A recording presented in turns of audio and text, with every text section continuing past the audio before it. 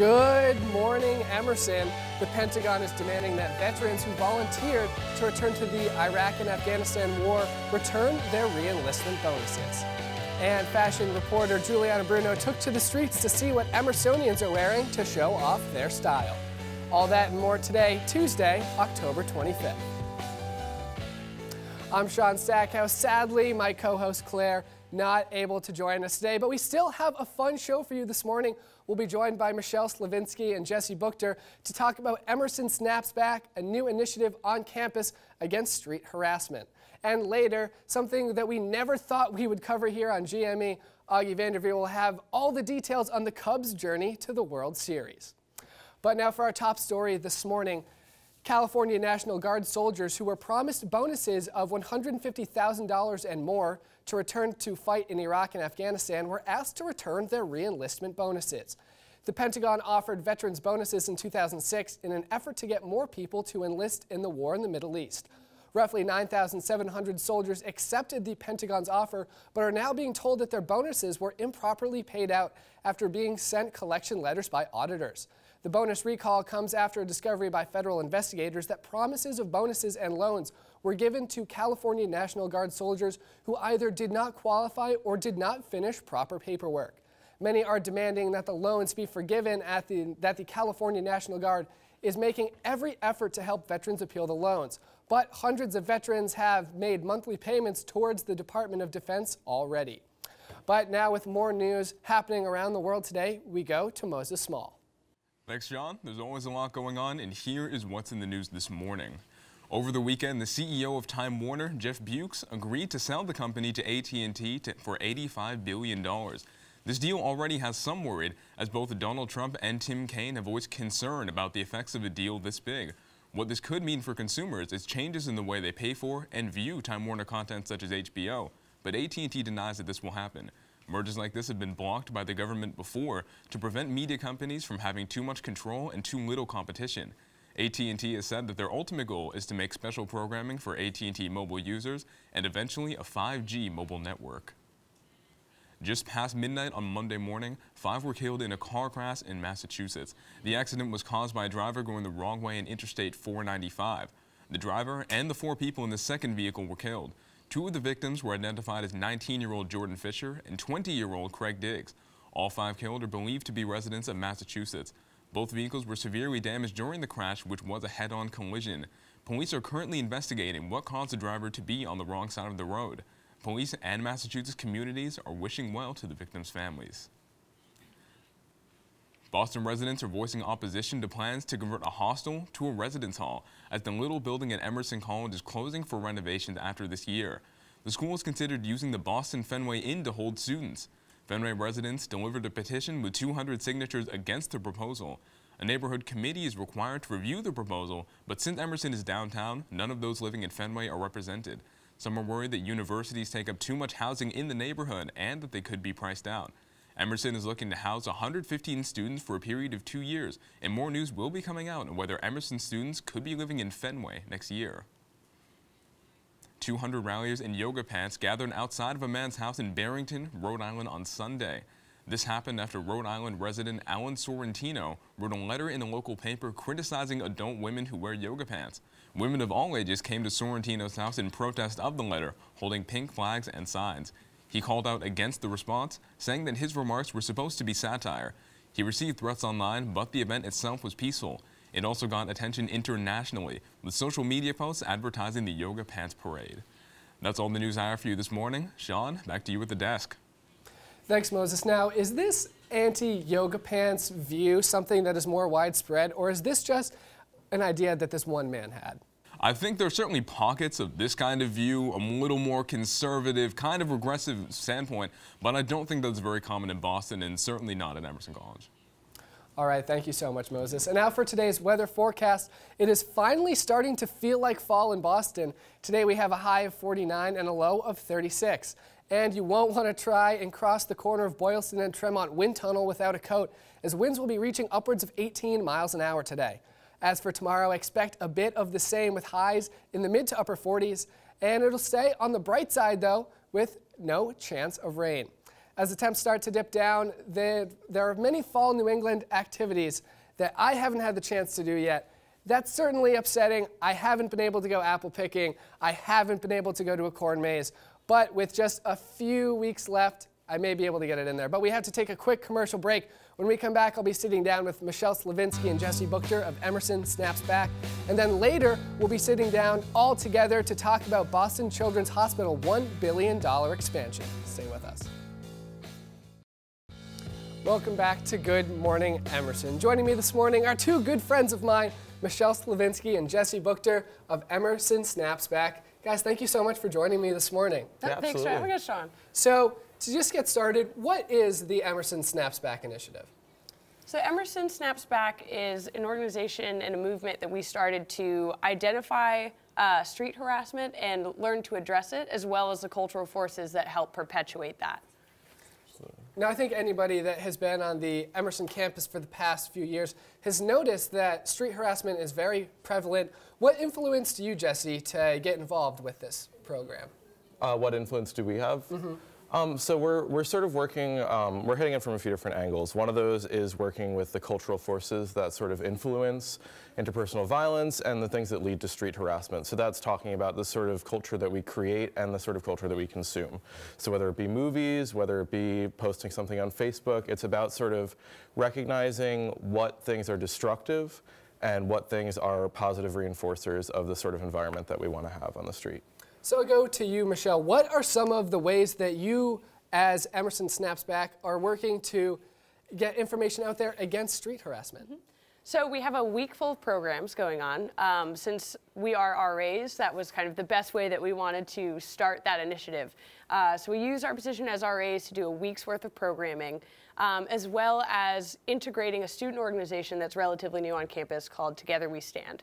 So by joining forces with them, Violence Prevention Response, and the Office of Diversity and Inclusion, we've had a wide range of programming, everything from events led by RAs to events led by Together We Stand, and even the Alumni Association bringing in Matt McGorry and Tyler Kincaid from the Huffington Post and BuzzFeed to come talk about how we can, through the roles that we hold on campus as students and everywhere else, make a stand in this difference and be able to create a ripple effect in our community.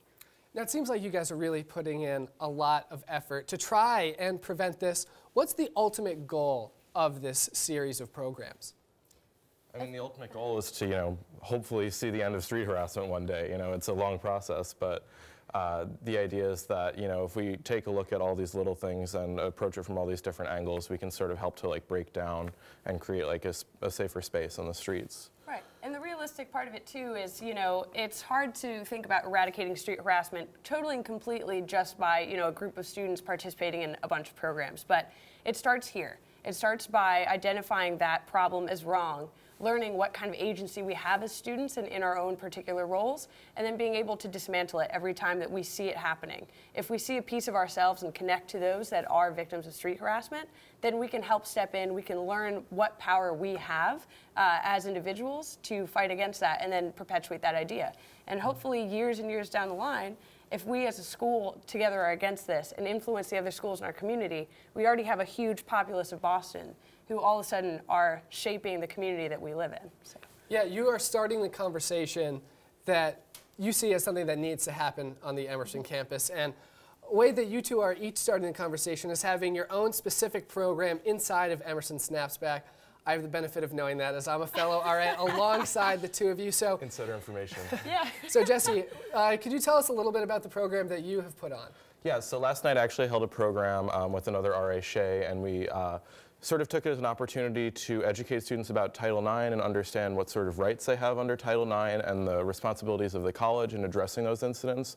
And so that took the form of a Title IX Jeopardy game that we had.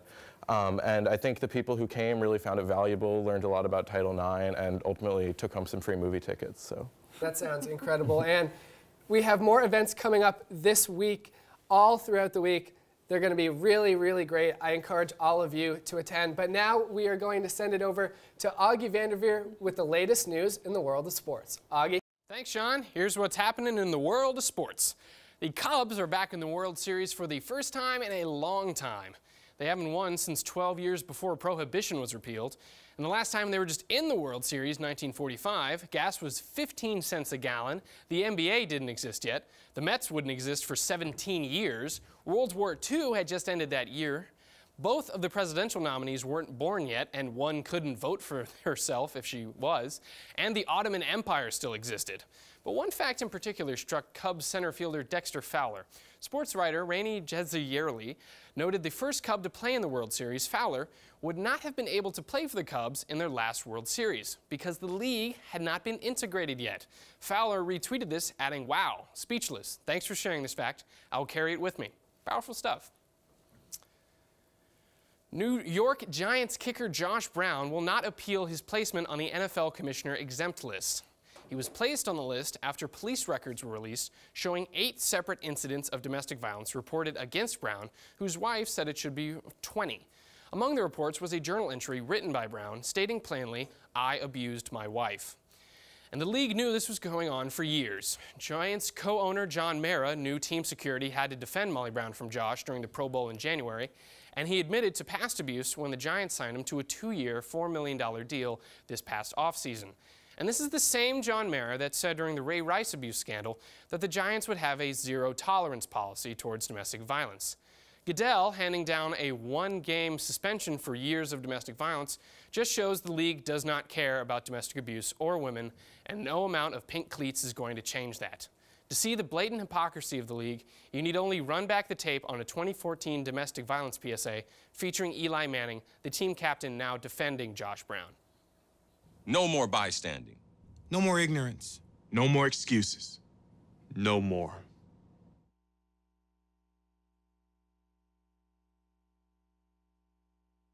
The Seahawks and Cardinals played the least eventful game of the year Sunday night, recording the lowest scoring overtime tie in NFL history. Not the kind of history you want to be making. All right, so this is not the game to watch if you're a fan of kickers. So both of you, avert your eyes. Let's look at the lowlights.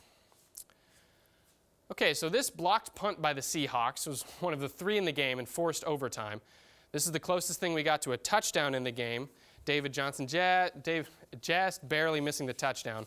Ref not giving many points. But I'm sure the kicker will get it in on the no, he hit the post. Ridiculousness. There's Seahawks, Wagner hurdling the center, obviously bothering the kicker, and that miss obviously bothering Aaron's, the coach of the Cardinals. Hopefully Pete Carroll didn't get too many chuckles in because his kicker missed the whole net. Ooh, Pete Carroll does not look happy. Both teams have a lot to think about and correct for next game, but let's keep that image of bewildered Pete Carroll in our hearts forever. New England Patriots tight end and human golden retriever Rob Gronkowski is approaching history, and he's very excited about that. Gronk on Sunday against the Steelers recorded his 2nd touchdown of the season, putting him at 68 for his career with the Patriots, tying him with Stanley Morgan for the team record. Gronk said during a post-game interview that he was excited about getting one more than 68 touchdowns, and then giggled to himself. Never change, Gronk, never change. I'm Augie Vandiver, and that's it for sports this week. Back to you, Sean. All right, thanks, Augie. Now, one of the many things we're proud to be as Emersonians is unique. And fashion correspondent Juliana Bruno took to the streets, or should I say street, of Emerson College to see how students make their style just as unique as they are. Let's take a look. This is Juliana Bruno, your Good Morning Emerson fashion reporter. Today I'm taking to the streets to ask Emersonians about their personal style. Let's get started. Morgan, tell me a little bit about what you're wearing right now. This is a sweater. It's from the garment district, from the 70s and 80s sweater section. Cameron, what are you wearing right now? Well, right now I'm wearing a leather jacket, a floral shirt, some skinny jeans, and some Kanye West inspired sneakers. Rebecca, what are you wearing right now?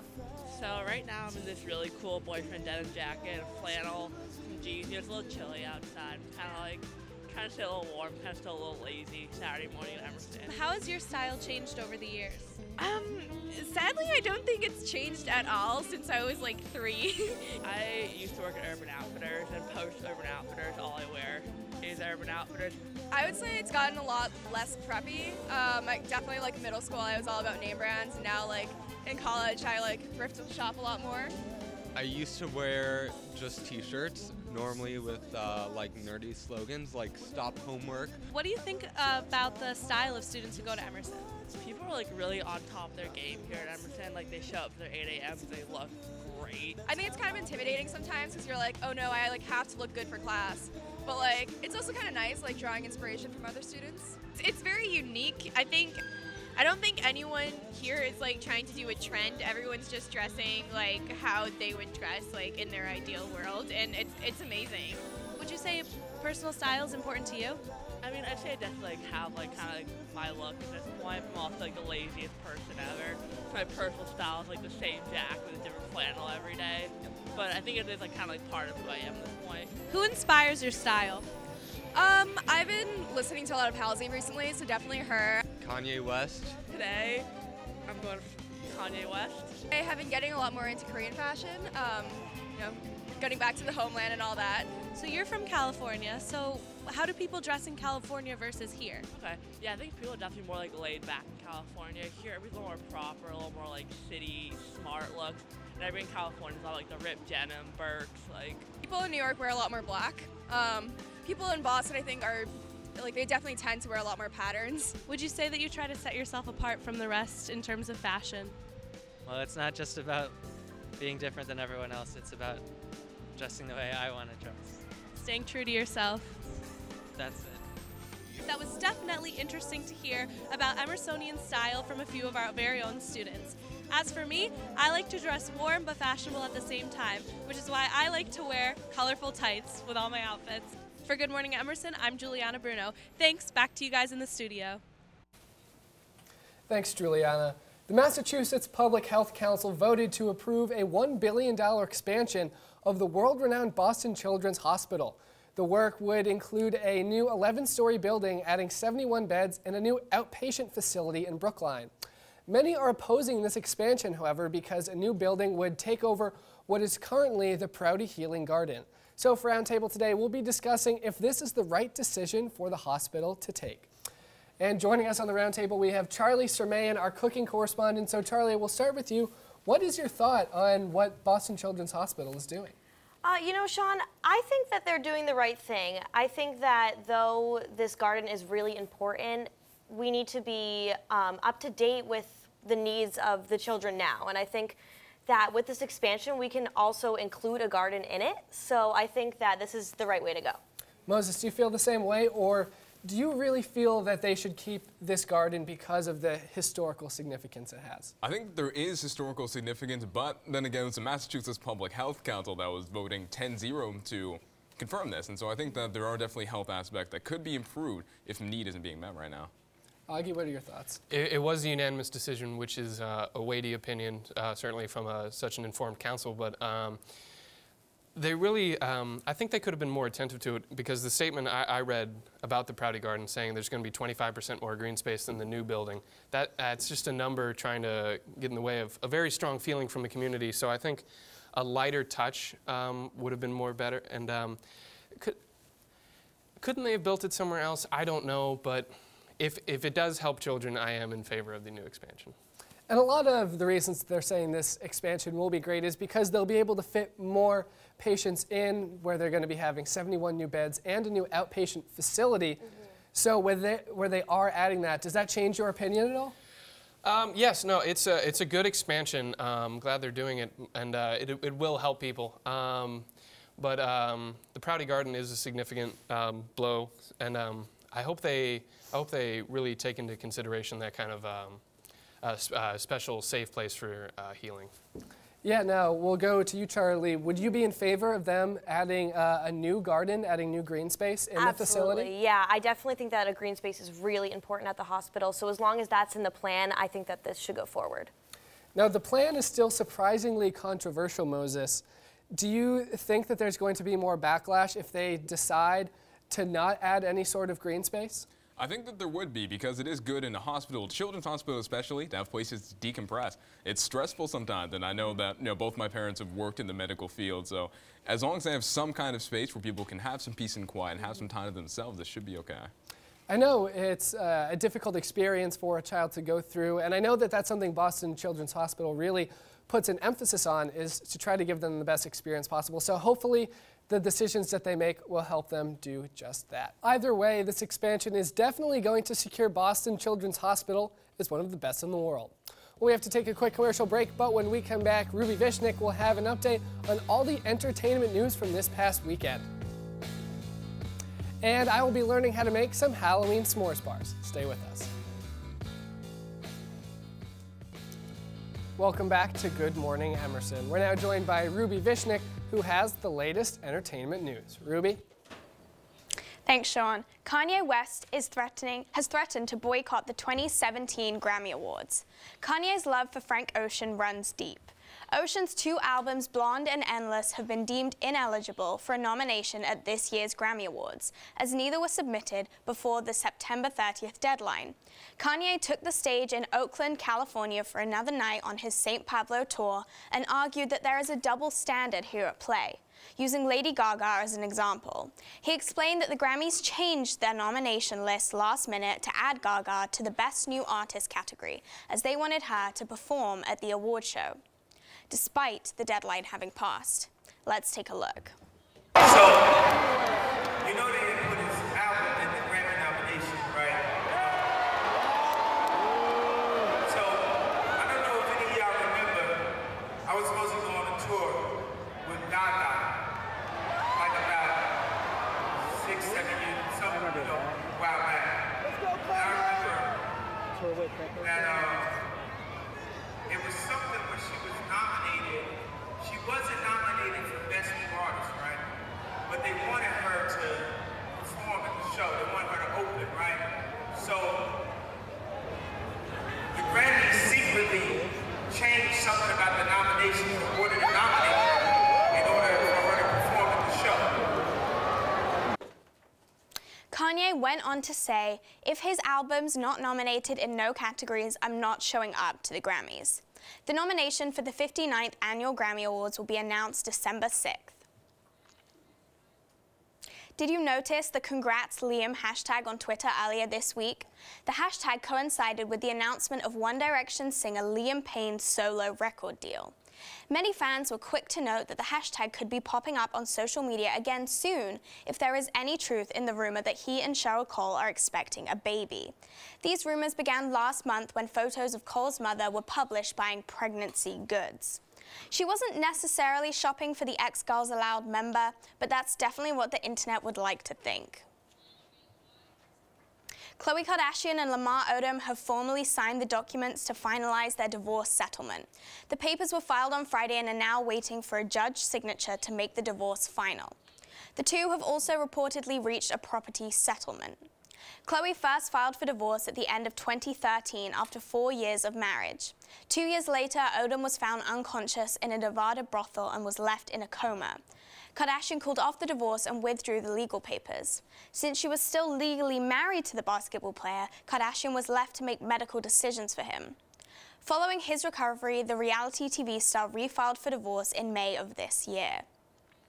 Vanessa Hudgens is yet again being accused of cultural appropriation, this time for a new braided hairstyle. The actress showcased her controversial new do on Snapchat over the weekend in a series of selfies. The hairstyle has made waves recently after several white celebrities, models, and it girls began sporting the look, calling it box braids. Naturally, many took to the internet and reminded the world that box braids were just a blatant and highly offensive appropriation of cornrows. Despite the reaction, Hudgens did not remove any of the Snap stories she posted. I'm Ruby Vishnik, and that's it for entertainment this week. Now back to Sean at the demo table. Thanks, Ruby. Here at GME, we are all getting super excited for Halloween, and I know I am especially. And we have cooking reporter Charlie Sermain in studio to show us how to make some spooky snacks. Charlie, what are you going to show us how to make today? All right, today we're going to be making some Halloween chocolate bars. Sounds delicious. They are. So the best thing about these is there's only 4 ingredients. So what we're going to have today is some Hershey spread. We're using this for in studio because we can't melt chocolate. But usually we'll use about just a bag of chocolate chips.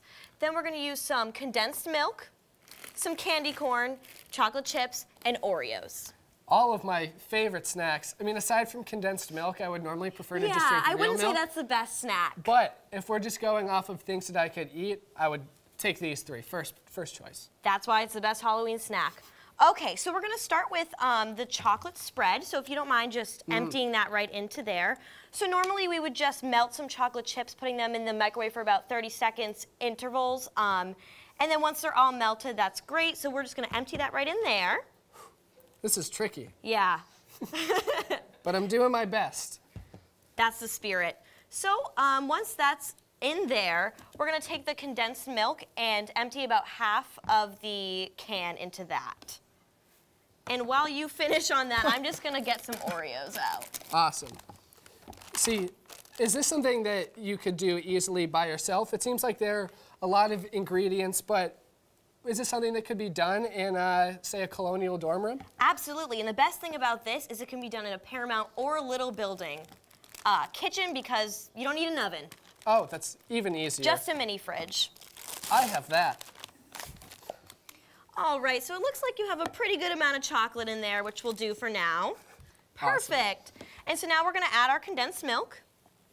I'm just gonna add just a little bit for here.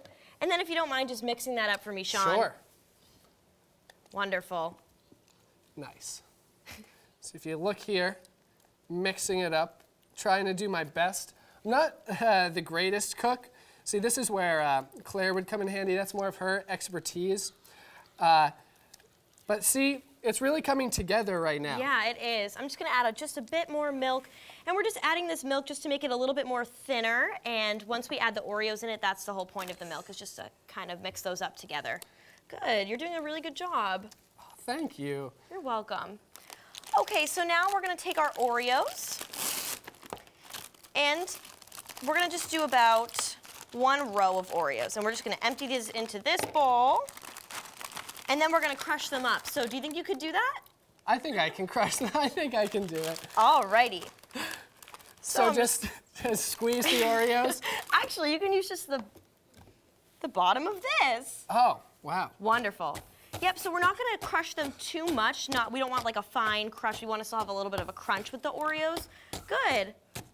This is a great stress reliever too. Yeah, definitely. Best of both worlds. Perfect. So maybe just a little bit more. A little bit more There crushing? we go. Okay. We don't want too big of chunks because we don't want them to, we want them to mix into the chocolate. Perfect. All right, so we only have a few seconds left, so how are we gonna be able to Wonderful. We're mix just gonna, this all together? Right, we're gonna mix these right into here, and if you don't mind mixing those up for me. And then we're gonna just use a cupcake tin, and once that mixture is all mixed up, we're gonna just put them right into the cupcake tin. Awesome. So maybe if you wanna just try one for me. Perfect, yeah, just maybe scoop it up. Perfect. Scoop it out, there we go. There nice. you go. So once we line the cupcake tin, those are just gonna be in the fridge for about an hour. And then we're gonna just add some of these candy corns on top. Awesome. As a little bit of a decoration. Halloween themed. I see how it all fits in now. So once your cupcake tin is all set, you're going to leave it in the fridge for about an hour. Okay. And then they're gonna come out like this. Look at how easy that was. Would you like to try one? I am going to try one right now. That's delicious. I could eat all of these. That's all the time we have, though, this morning. Thank you so much for joining us. Make sure to tune in again on Thursday. Have a great week.